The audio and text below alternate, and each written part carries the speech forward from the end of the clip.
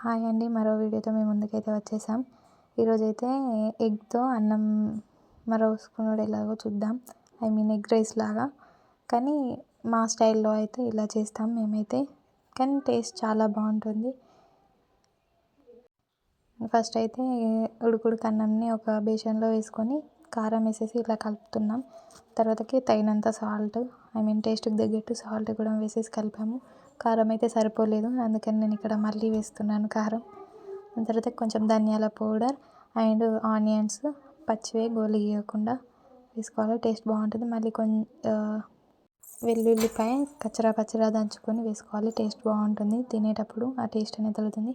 Stove అనేది on చేసుకొని ఒక బౌల్ పెట్టుకొని అందులో తగినంత ఆయిల్ పోసుకొని, ఆయిల్ హీట్ అయ్యాక పచ్చిమిర్చి కోసి పెట్టుకున్న ఆనియన్స్ అయితే వేసుకొని అవి ఫ్రై అయ్యే వరకు చూడాలి. ఫ్రై అయ్యాక అల్లం వెల్లుల్లి పేస్ట్ వేసుకొని బాగా పచ్చివాసన పోయేంత వరకు ఫ్రై చేసుకోవాలి. ఉప్పు కప్పు రంబు నొక్క పోలిక నుండు చూడ రుచుల జాడ వేరయ పురుషులందా పుణ్య పురుషులే వేరయ విశ్వదాభిరామ వినురవేమ. పచ్చివాసన పోయాక పసుపు వేసుకోవాలి, 2 స్పూన్స్ వేసుకొని బాగా కలుపుకొని అందులో ఎగ్స్ ఒక 8 ఎగ్స్ అయితే తీసుకున్నాను నేను. ఎగ్స్ని అందులో ఇలా పలగొట్టి అందులో వేసుకోవాలి. ఇందాక పద్యం పాడింది అయితే నా పెద్ద కోడలండి. ఎలా పాడిందో కామెంట్ అయితే చేయండి, నచ్చినట్టయితే లైక్ ఇవ్వండి. అంటే నా అన్న కూతురు. డ్యాన్స్ అయితే చాలా బాగా చేస్తుందండి తనైతే. కాలం అయితే ఎంత ఫాస్ట్గా గడిచిపోతుందో కదండి. వాళ్ళ మమ్మీ చేతిలో నేను పెరిగాను, నా చేతిలో వాళ్ళు పెరిగారు, వాళ్ళ చేతిలో నా కొడుకు పెరుగుతున్నాడు ఇప్పుడు. తినైతే చాలా సిన్సియర్, చాలా అంటే చాలా అమాయకురాలు. తినొక చెల్లి ఉంది, తన గురించి నెక్స్ట్ వీడియోలో చెప్తాను.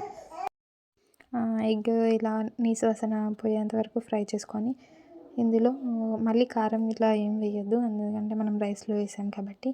ఇందాక కలిపి పెట్టుకున్న రైస్ని ఇందులో వేసేసుకోవాలి. వేసుకొని మంచిగా కిందికి మీదికి అన్నీ మొత్తం కలిసేలా ఇలా చూపిస్తున్న విధంగా కలుపుకోవాలి మంచిగా. టేస్ట్ అయితే చాలా బాగుంటుంది.